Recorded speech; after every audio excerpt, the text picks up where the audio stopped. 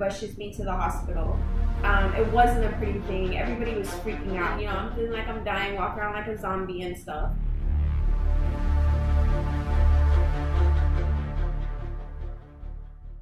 How about you?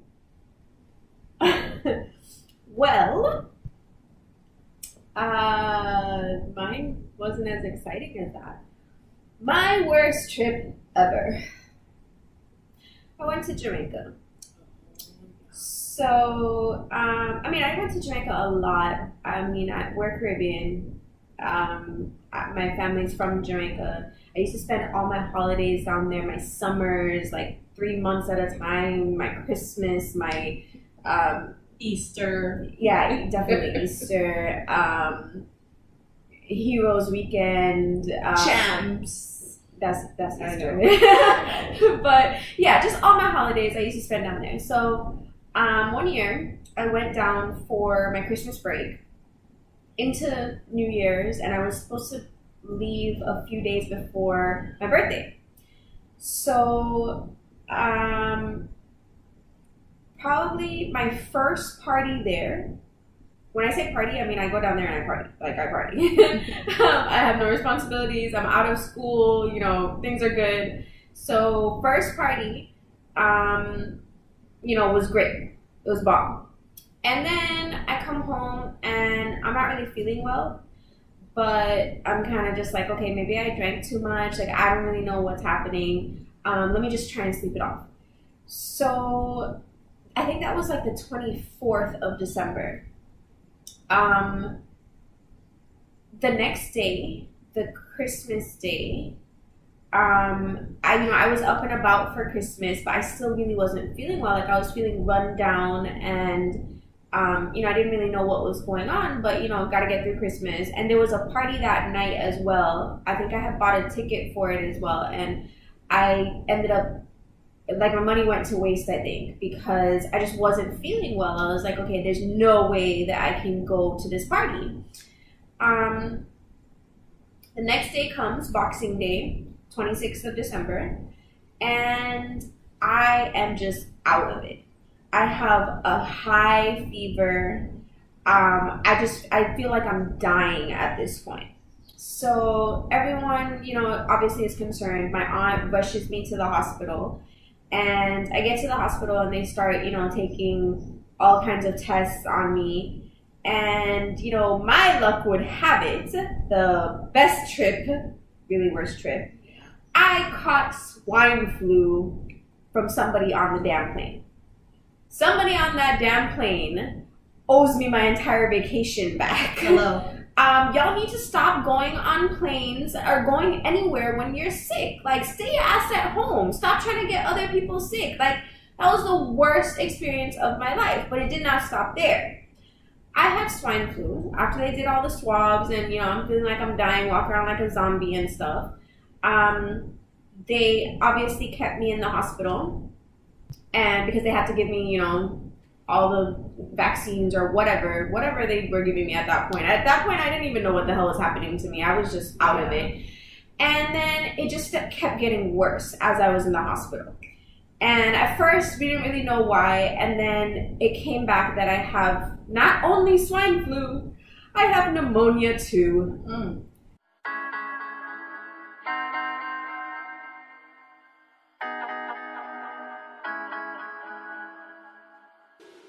Not only swine flu, I have pneumonia too. Pneumonia and swine flu together. And at that point in time, people were dying from swine flu. It wasn't a pretty thing. Everybody was freaking out. I was probably the only one at first that was not freaking out, because I was like, I'm going to be okay. Like, it's not that bad. Like, and everybody else was like, oh my gosh, what's happening? Oh my gosh, is she dying? It was pretty bad though. It really was. Having both of them. Wait, I'll get there. This one was over here freaking out in the US. Okay. While I was in Jamaica in a hospital bed. But yeah, it just gradually got really bad. Having pneumonia and swine flu at the same time, I literally almost died. my hemoglobin, which is like your blood count pretty much, like a Yeah, normal yeah. person's own is probably, like a grown woman will probably have like, I want to say like 13 to 16 or something along those lines. I really don't remember at this point. But it's somewhere around that range. My hemoglobin had dropped to 3. 3. Okay.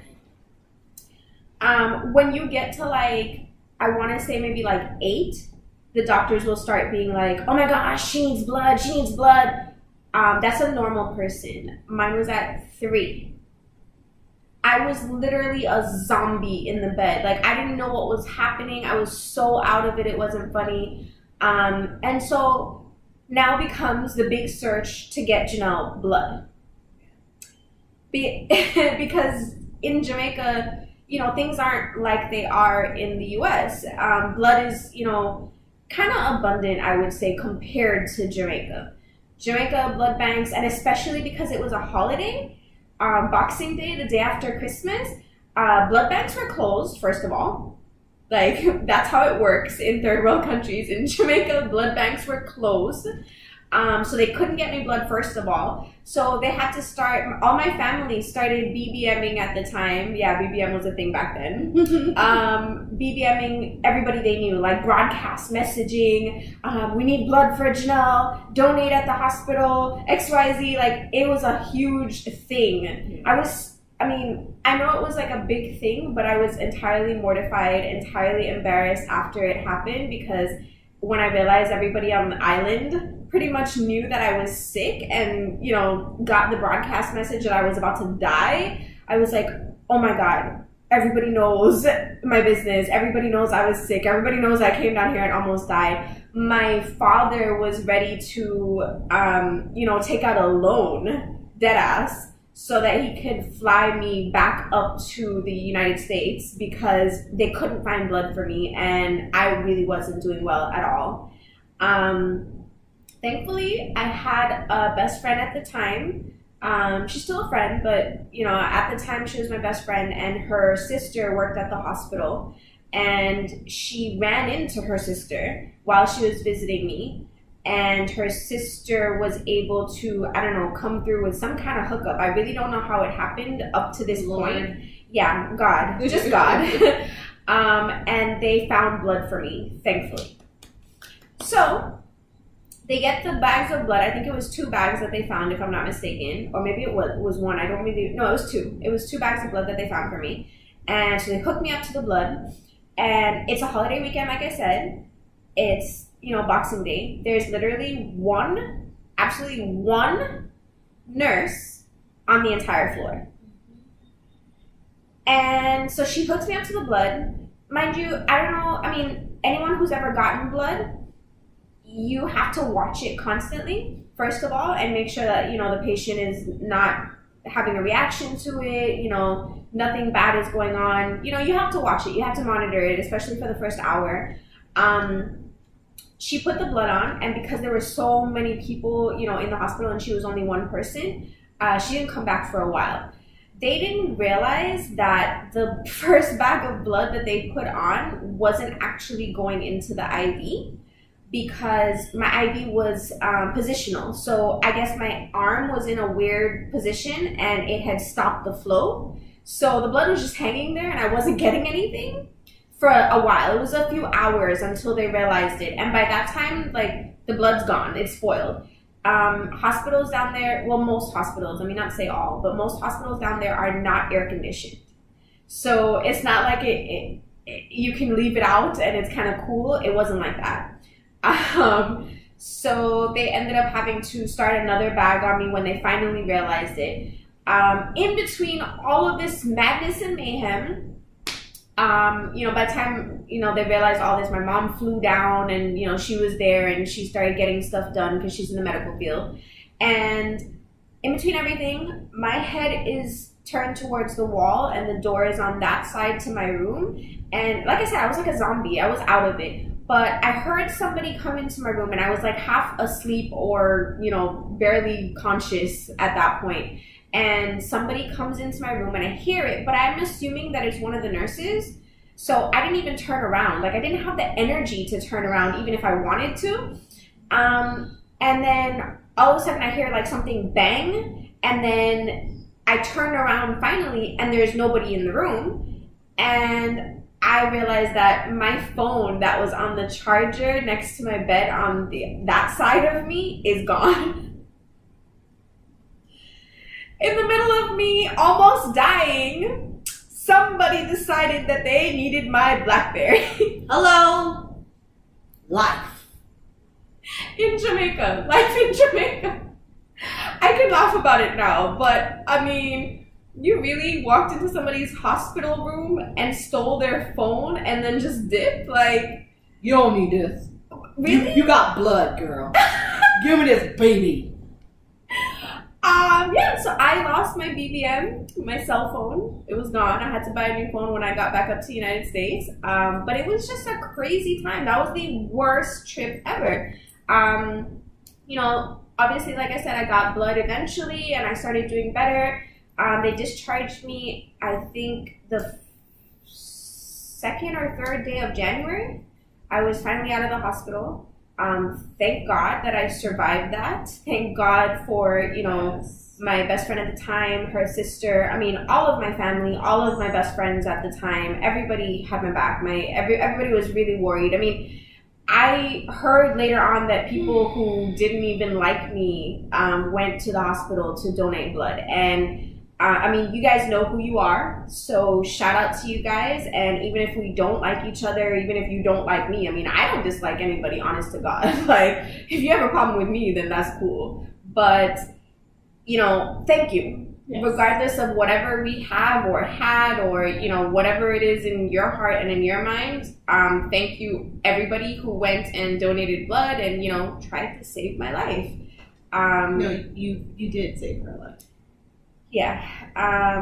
So yeah, that was my worst trip ever. And I went back on the plane to the United States, and yeah, it was traumatic, but at least I was alive. And yeah, it didn't stop me from going back because, you know, Jamaica, it's home. Yeah. It's home. I can't do it without Jamaica. And, you know, crap happens. It is what it is. But I will say this, stop going on planes when you're sick. Seriously, like, it's cabin pressure. Like, everything is all in there, a ball of muck and germs. Like, stop it. Stop. You almost killed me, whoever the hell you are. So yeah, I guess that was our worst trip ever. Yeah. My worst trip and her worst trip. Mine was definitely more traumatic than yours, I have to say. Definitely. You was turning up and getting drunk. But yeah. Tell us about your worst trip, guys. Like, can it compare to mine? Let me know. Let me know. Or mine. Yours was a little bit too much fun for me. It was still traumatic. Oh, I'm sure. Okay, my cousin can't even look at me today. I'm kidding. She loves me. No, but seriously, guys, tell us about your worst trip ever. Let us know in the comments. Tell us how it compares. You know, you can comment on, you know, my almost death and, you know, her drunk periods. Tell us stuff. Talk to us. Like, comment, subscribe, hit the bell, and we'll be back with another video next week, Wednesday or Thursday. Yeah. Come back and see us. Because we want to see our beautiful faces! You're so loud. Bye, guys. That's my best friend, Shenielle. And that's my best friend, Jeanelle. Bye, y'all.